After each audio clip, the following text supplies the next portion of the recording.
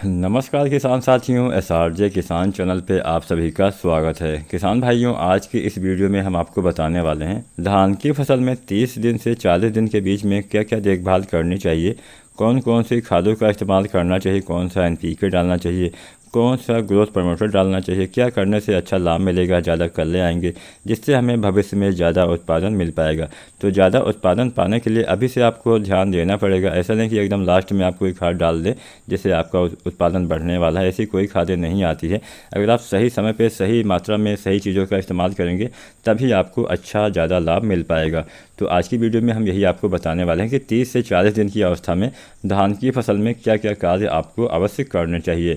नमस्कार किसान साथियों, एसआरजे किसान चैनल पे एक बार फिर से आप सभी का स्वागत है। चैनल पे अगर नए हैं या फिर पुराने हैं लेकिन सब्सक्राइब नहीं किया है तो आप सभी से रिक्वेस्ट है चैनल को ज़्यादा से ज़्यादा किसान भाई सब्सक्राइब करें, जिससे आने वाले समय में मेरी वीडियो आपको आसानी से पहुँचती रहे। तो चलिए वीडियो को स्टार्ट करते हैं, जानते हैं हमें 30 से 40 दिन पर क्या करना चाहिए। सबसे पहले क्या करना है, कल्ले बढ़ाने के लिए इस अवस्था में हम बहुत सारी खादों का इस्तेमाल करते हैं। तो सबसे पहले इन खादों के इस्तेमाल से भी ज़्यादा ज़रूरी होता है कि आपको खेत में नमी बना के रखनी चाहिए।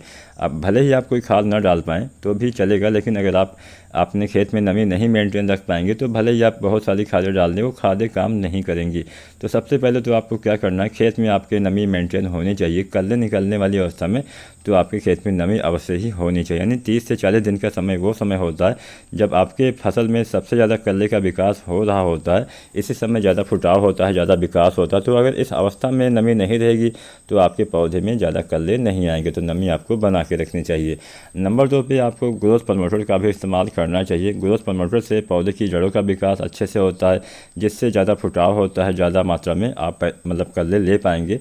इसके साथ साथ किसान साथियों, ग्रोथ प्रमोटर के साथ साथ आपको जिंक सल्फेट भी अवश्य डालनी चाहिए। जिंक सल्फेट से क्या होता है, कभी कभी आपने देखा होगा कि आपके पौधे बौने रह जाते हैं, पौधे में ज़्यादा विकास नहीं होता है, हरापन भी नहीं रहता है, पीले रहते हैं, कमज़ोर पौधे रहते हैं, एकदम से विकास रुक जाता है, पौधे बौने हो जाते हैं। तो समझ लीजिए कि आपकी फसल में जिंक की कमी के लक्षण दिखाई दे रहे हैं। तो अगर जिंक की कमी हो जाती है तो ये सारे लक्षण आते हैं, साथ में खैरा रोग भी लग जाता है। तो इससे बचने के लिए और अच्छे विकास के लिए आपको जिंक सल्फेट का इस्तेमाल अवश्य करना चाहिए। आप चाहें तो मिट्टी में दे सकते हैं, आप चाहें तो इसका स्प्रे भी कर सकते हैं, छिड़काव भी कर सकते हैं। दोनों माध्यम से आप इसकी पूर्ति बड़ी आसानी से कर सकते हैं। इसके साथ साथ किसान साथियों, धान की फसल में यूरिया खाद आपको उचित मात्रा में अवश्य देना चाहिए। अगर यूरिया खाद आप सही समय पे सही मात्रा में नहीं दे पाते हैं तो पौधे का जो वानस्पतिक विकास हो एकदम से रुक जाता है। पौधे के वानस्पतिक विकास में यूरिया यानी नाइट्रोजन का काफ़ी अहम योगदान होता है। बिना नाइट्रोजन की पूर्ति के आप किसी भी फसल में अच्छी पैदावार नहीं ले सकते हैं, ज़्यादा कल्ले नहीं ले सकते हैं, हरापन तो बिल्कुल भी नहीं आएगा। तो इसलिए आपको यूरिया खाद की उचित मात्रा का इस्तेमाल अवश्य करना चाहिए। धान की फसल में यूरिया हम 3 भागों में देते हैं। पहली बार धान की रोपाई के समय, दोबारा से लगभग 25 से 30 दिन पे, और तीसरी बार हम लगभग 45 से 50 दिन की अवस्था में यूरिया खाद अपने धान की फसल में देते हैं। अब हम बात करते हैं एनपीके खाद के बारे में। तो एनपीके यानी घुलनशील उर्वरक भी आपको अवश्य डालना चाहिए। अगर आपकी फसल ठीक ठाक है तो वहाँ पे आपको एनपीके 19-19-19 देना चाहिए। इसके इस्तेमाल से भी कल्ले अच्छे आते हैं, फुटाव अच्छा होता है, अच्छी बढ़वार होती है, जिससे आपको ज़्यादा उत्पादन मिल पाएगा। इसकी 1.5 kg मात्रा देनी चाहिए प्रति एकड़ के हिसाब से।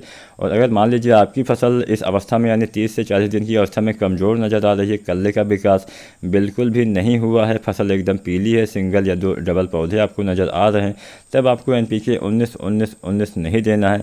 तब आपको एनपीके 19-19-19 की जगह पे आपको एनपीके 12-61-0 का इस्तेमाल करना है। इसमें काफ़ी ज़्यादा मात्रा में फास्फोरस पाया जाता है जो आपके जड़ों के विकास में हेल्प करेगा। जब जड़ें अच्छे से विकसित रहेंगी तभी आपके पौधे में ज़्यादा कल्ले आएंगे। जड़ें ज़्यादा होंगी तो जो भी आप खाद पानी लगाते हैं वो पौधे आपके ज़्यादा अच्छे से ग्रहण कर पाएंगे, जिससे आपकी फसल का विकास भी काफ़ी अच्छे से होगा। तो एनपीके 12-61-0 आपको 2 kg देना है। और अगर आप एनपीके 19-19-19 डालते हैं तो इसकी 1.5 kg मात्रा प्रति एकड़ की दर से आपको इस्तेमाल करना है। एनपीके 19-19-19 आपको ठीक ठाक फसल में डालना है। और अगर आपकी फसल कमज़ोर है तभी आपको एनपीके 12-61-0 का इस्तेमाल करना चाहिए। किसान साथियों, इसके साथ में पोटाश खाद भी आपको अवश्य डालना चाहिए। पोटाश खाद जैसा कि मैं अपनी पहली बहुत सारी वीडियो में आपको बता चुका हूँ, 2 बार में आपको देना होता है। पहली बार धान की रोपाई के समय आपको पोटाश देना चाहिए और दोबारा से आपको फिर से 45 से 50 दिन की अवस्था में पोटाश खाद का इस्तेमाल करना चाहिए, जिससे आपको अच्छा लाभ मिल पाएगा। तो अगर आप ये सब करते हैं तो निश्चित ही आप धान में अच्छी पैदावार ले पाएंगे, ज़्यादा कल्ले ले पाएंगे। अगर अच्छी जानकारी पसंद आई हो वीडियो को लाइक करना, चैनल पर नए हैं तो सब्सक्राइब जरूर करें। धन्यवाद।